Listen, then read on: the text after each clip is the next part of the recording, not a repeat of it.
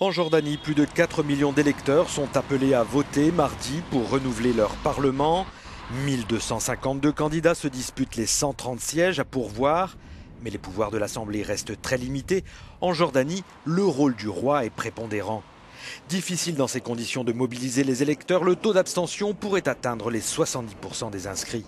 Le scrutin sera suivi de très près. Plus de 600 observateurs internationaux vont superviser ces élections, dont 66 issus de l'Union européenne. Tous les regards sont tournés cette année vers les candidats du FAI, le Front de l'Action islamique, soutenu par les frères musulmans.